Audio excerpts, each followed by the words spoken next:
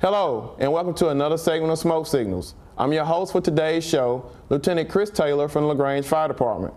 On today's show, we'll be talking to two chief officers from the LaGrange Fire Department, and we'll be discussing some various topics concerning the LaGrange Fire Department. So sit back, relax, because you're about to watch Smoke Signals.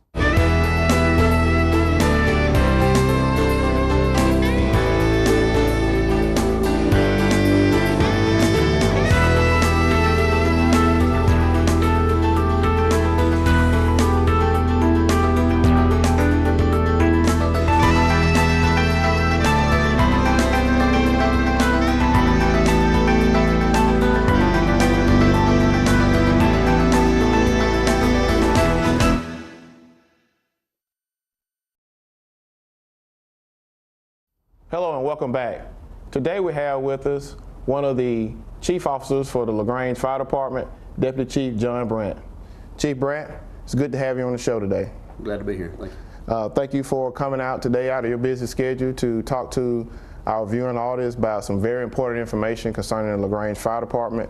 But before we get into that, if you could tell us a little bit about your roles and responsibilities and how long you've been with the fire department. All right. I've been with the fire department for 18 years.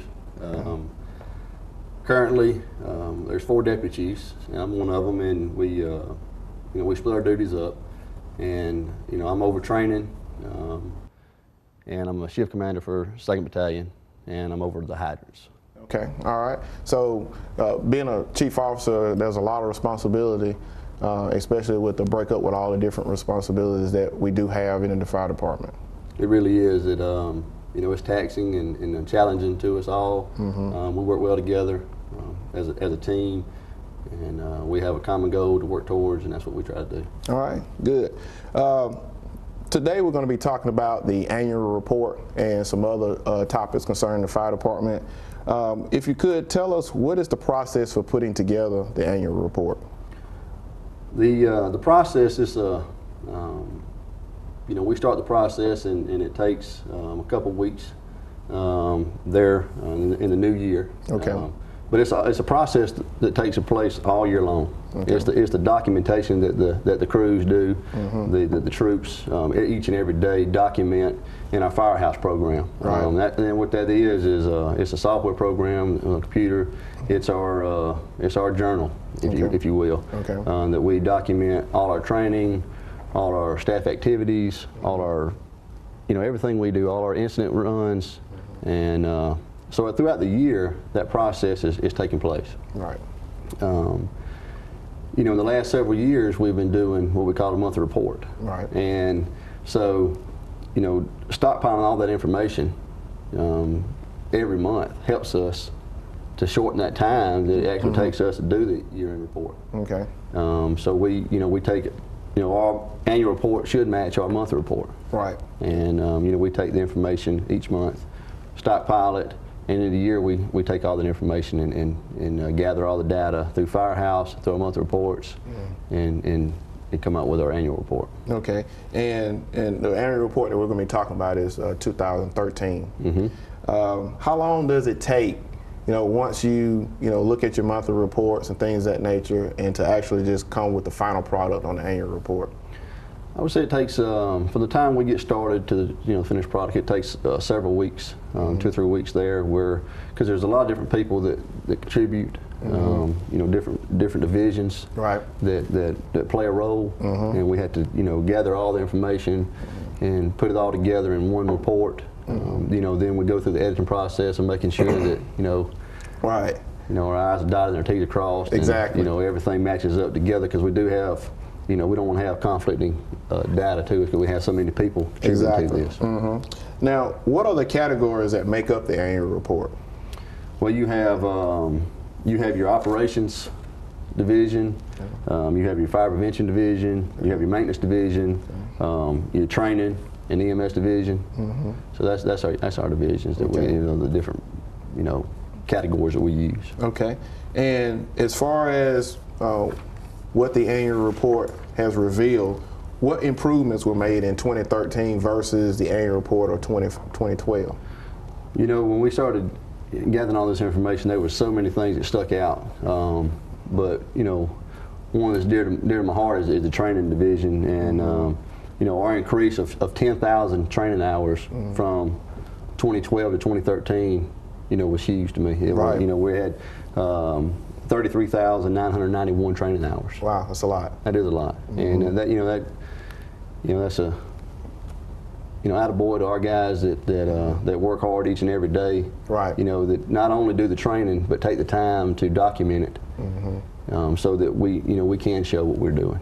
And that training involves fire training, EMS training, continuing education, etc. It does. So there's a lot of things that we do as department members to add to those hours from that on that number of training hours that are done from a year-to-year basis. That's right. So training is always a key component when it comes to the success of a department. That's right. What are some other things that improved that you found in the report? One thing that kind of goes along with training is our EMS program. We have 50 certified medical trained people. Okay. So that's a breakdown of paramedics and EMTs. And we have 3 people in school and 3 people that are not certified medically. Okay. That's a huge number. Right. That shows the dedication to our crews that get out there and get education. We had 2 new paramedics this last year. We had 4 new smoke divers, 1 new arson investigator, and we had 2 promotions, 1 sergeant promotion, 1 lieutenant promotion. Okay. And that kind of goes along with training, but also I would like to bring up the increase in pre-fire plans. Okay. that we accomplished last year. In 2012, we had 841 completed pre-fire plans. Wow. In 2013, we had over 1,600. So we doubled it. Right. And each year when we do the annual report, it gives us opportunity to see where we're excelling and where we need to improve. Right. And we saw we need to pick our numbers up. The crews jumped at the challenge they saw that we need to maximize our efforts to get these done. Right. And they were glad to do it. They got it done, and we met our quota of getting every business in the city of LaGrange a pre-fire plan. All right, and since we're talking about pre-fire plans, kind of talk a little bit about what is a pre-fire plan and how does it work? Okay, not to confuse the pre-fire plan and inspections. We have an inspection division that goes out and do inspections to new businesses and existing businesses that are a little more thorough as far as that goes. But what the pre-fire plan is our fire crews, our stations, our engines go out and they inspect. I don't want to use that word, but they pre-fire plan and give a plan of action, basically, of that business. Right. Contact numbers. If there's any hazards that we need to know about. Right. It's it's a plan if a fire or any kind of hazard does happen there. Right. And so it's not only for the business owners' benefit, but it's also for ours. Right. So it plays 2 roles. Right. And it also gives, because by me being a company member myself, it gives us the opportunity to actually establish a relationship with those business owners. And if we do have an incident there, they kind of know who we are and we know who they are. That's and right. It helps us from a territory standpoint to kind of get familiar with where these businesses are located in our respective territories. It's a lot better seeing something during the day than at night when it's dark and we have a fire and you kind of know the layout of the building, and that helps a lot too. All right, what areas have been identified that, as far as the annual report, where we still need improvement? We, like I said, we look at everything, and there was nothing that really jumped out at us that we were really just not meeting the grade. But LaGrange Fire Department, we strive for excellence, and we try to make sure that we're always improving. Okay. We're trying to fine tune every little thing we do. So, in every category we want to improve. Right. And that's our mindset and our goal each and every year to improve what we're doing to provide the best service that we can for the citizens of LaGrange. And one in particular, since you talked about improvement in one category, and that, especially in the fire service itself, is health and fitness. That is something that's very, very important, because if we're not, healthy enough and fit enough to do our jobs, then we can't provide the high level of service that is needed for our community. You're absolutely correct. And we have been working on that, a health and wellness program. Trying to encourage people to exercise and stay in shape, stay healthy. Right. The city helps with that, with the monitoring of our well-being and our health. Right. Each and every year, and that's a motivating tool. Right. So not only the fire department is doing that, the city's behind us as well, and that's big. Right. And one of the other motivating factors are there are special credits that you can get. So it's not like you're doing it just to be doing it, but you're doing it to be healthy first of all. But there are also some benefits that go with it when you meet those criteria. All right. Are there any statistics you would like to share from the report that you have? I do. The value. One thing we do recognize in our annual report is value and loss analysis. Okay. And in the last couple of years, we've really tried to improve on our documentation on this. Where when we go to a call and there is some damage, that we get a true value of the structure and a true estimate of how much damage was done, and so we can do truly estimate how much we saved. Okay. And that's our job, and not only to protect life but also to protect property. Right. And in 2013, we had estimated value that we responded to was $23,170,310, with the total loss being $901,000. Okay. So we had a savings of $277,829. Right. So we saved 96% of the structures that we responded to. Okay, and those are great numbers, and those are numbers that you have to look at.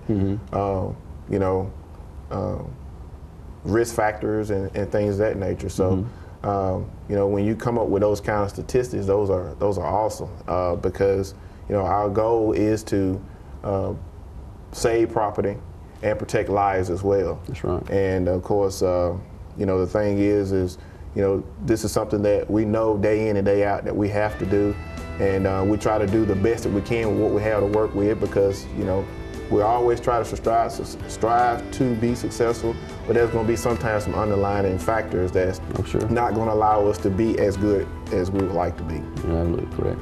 All right.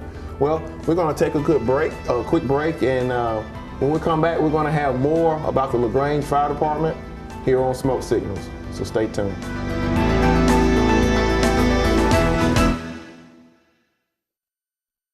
Welcome back. Today we also have with us another Chief Officer for the LaGrange Fire Department, Deputy Chief Philip Rice. Chief Rice, it's a pleasure to have you on the show today. Thank you for having me. Glad that you were able to come out of your busy schedule, but just like Deputy Chief Brandt, we have some great information that you would like to share with our viewers today. But before we get into that, just tell us a little bit about your roles and responsibilities of the LaGrange Fire Department and how long you've been with the agency. Okay. I've been with the fire department for a little over 24 years. Okay. I am currently assigned as the shift commander for Battalion 3, and over small tools and equipment and various machinery and protective clothing and other duties. Okay. All right. So just like Deputy Chief Brandt, as a chief officer, there are a lot of responsibilities when you are in that position, but the thing about it is being able to take those responsibilities and just basically, do the best you can with what you have to work with and work together as a team. That's correct. All right. Now, earlier we was talking about the annual report and some of the components of the annual report, but we wanted to kind of take out of that some other factors that is in the annual report, and we want to talk about the accreditation process, which is that process that the fire department now is going through. If you could kind of tell us a little bit about the accreditation process and how it works. Okay. The accreditation process that we are currently seeking was started by the Center for Public Safety Excellence. Okay. And overall, the accreditation process is a continuous cycle of evaluation, planning, and implementation. Okay. You evaluate yourself, your resources, you develop a plan to improve or continue those things that you are doing well and improve upon others, and then you implement that plan, and then short time later, you go ahead and reevaluate and see where you're at. Okay. The current process has 3 parts to it. Okay. The self-assessment, standard of coverage, and the strategic plan. Okay. The self-assessment consists of looking at everything that we're doing as a department, how we relate and react with other elements that are close to our geographical area. Okay. Other agencies such as Troop 911, Troop County Fire Department, law enforcement, and state agencies. Okay. Standards of coverage, we go and visit the history of the fire department in the city, the demographics, the population shifts, the geography, and we map different components in the city, such as the streets, territories, hydrants. We do a risk assessment of all the businesses in different districts and zones within the city. Okay. That allows us to determine where we need to put our resources and which areas are more vulnerable to different types of emergencies. Okay. And the overall process, we study data that's collected over the years that determines our effectiveness and where we need to shift resources and maybe purchase new equipment or upgrade different aspects of our training, just to provide a better effective service. Okay. And the other component is a strategic plan, and the strategic plan is a broad plan that reaches out a number of years, where the department, sets a vision statement and where the department wants to be in the future. Right. And then from the vision statement, we determine our mission, how we're going to deliver that mission, who our customers are, and then we come up with value statements. And those value statements guide us along with our vision and mission statements to arrive at a place in the future where we provide effective and efficient service to the citizens of LaGrange and our visitors. Okay. This process, you come up with goals and objectives after we get the value statements, and base those strategic objectives on those value statements. And then we come up with an action plan for each strategy to accomplish this. Right. And then once we have that action plan, we put it into action and implement it, and then revisit our strategic plan every year to see if we're making progress, see where our goals are, and see what we need to adjust that process. Okay. So a lot of extensive information and very detailed process as far as accreditation. It's a very detailed process, and we've got a lot of our personnel on shift involved in it, and staff too. Right. They're doing a good job with it. They're really working hard, putting in a lot of hours, and creates buy-in from those personnel, and gives them a little bit better understanding of how the department operates. Okay. Now, well, in that process, of course, there's a lot of data that needs to be gathered up. What type of resources are needed in order for you to get that data? Well, we have a software system that tracks all of our information that we put into it, such as our response times, on-scene times, the different type of calls we go to as far as hazmat, structure fires, wildland fires, and those activities are tracked. And I think I mentioned earlier the risk assessment, so we can track which areas of the city that we respond to more often, and track those areas that are a little bit higher risk and how many times we respond. Therefore, we can allocate resources to different areas. Okay. 911 is also very important in our organization as far as accurate response, timely information that we receive from them. Troop County Fire Department, they are also involved in our automatic aid agreements, and which affects how we respond and the service that are supplied to some of the citizens on the outlying areas of the city, and then some of the areas of the county that are outside the city limits as well. Right. So those resources, basically, you have to utilize internal resources as well as outside agencies in order to be able to pull all this information together for the accreditation process. That's correct. It's a process that involves the whole community. Okay, good.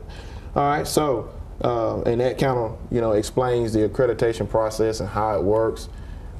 It's a very detailed and time-consuming process, but there is a goal to be met, and I know the LaGrange Fire Department is looking forward to meeting that goal. It's a worthwhile commitment. All right, now let's talk about some goals and objectives for the new year. What are some key objectives that have been identified that LaGrange Fire Department would like to meet in year 2014? Well, we're currently in the process of looking at purchasing another apparatus, okay, which will be a ladder truck. We may have it towards the end of the year, or maybe early next year, but that is one of our top priorities this time. Right.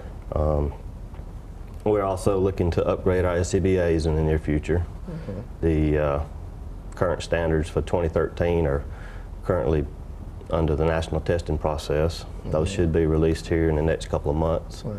And then we'll move forward with purchasing new BAs. Okay. And the BAs are the air cylinders? Well, we refer to them as BAs, or SCBAs, but they're mm-hmm. self-contained breathing apparatus, and that's what the firefighters wear okay. whenever they're entering an environment that could contain hazardous materials. Okay. All right. Any other objectives? We're going to continue to replace our structural firefighting gear as needed. Okay. Continue to serve the public with our smoke alarm program, blood pressure screenings, mm-hmm. and any other special events that come up. Okay. Any changes in the department as far as operations in the past year? Internally within the fire department, we've had a few changes. The Chief of Operations, Chief Smith, retired okay. last summer. Mm-hmm. We also had some retirements with Lieutenant Hardy, retired after 30 years. Mm-hmm. Chief Smith had over 30 years. And Alan Threadgill retired shortly, just a little short of 30 years, I believe. He had to go out on medical retirement. Okay. And of course, we talked about being a chief officer that has been new implemented into the department, deputy chiefs, and Deputy Chief Brandt mentioned that there are 4 deputy chiefs now in our department. So that has been a big change, and of course with big changes, also there's going to be more responsibility. That's true. The 4 of us, myself, Chief Brandt, Chief Taylor, and Chief Bradfield, we've had to take the responsibilities of Chief Smith, and they were divided up amongst us, and okay. we are taking care of those duties that he was responsible for. Mm-hmm. As well, we've made some changes in the inspection department. Mm-hmm. John Thomas is now the fire marshal for the City of LaGrange, okay. and we will be hiring a full-time inspector here in the near future okay. to ensure that we're able to meet all our goals and objectives in the inspection and prevention department. Okay, all right. So that's been some great information as far as the LaGrange Fire Department and our annual report, the accreditation process, and also goals for the upcoming year. So we want to thank you once again for taking time out for being on the show to share this information concerning the LaGrange Fire Department. We're looking forward to seeing you and also Deputy Chief Brandt on future shows here on Smoke Signals. All right. Thank you. All right. And we'd like to take this time right now to thank all of our viewers for watching another segment of Smoke Signals. Until next time, take care.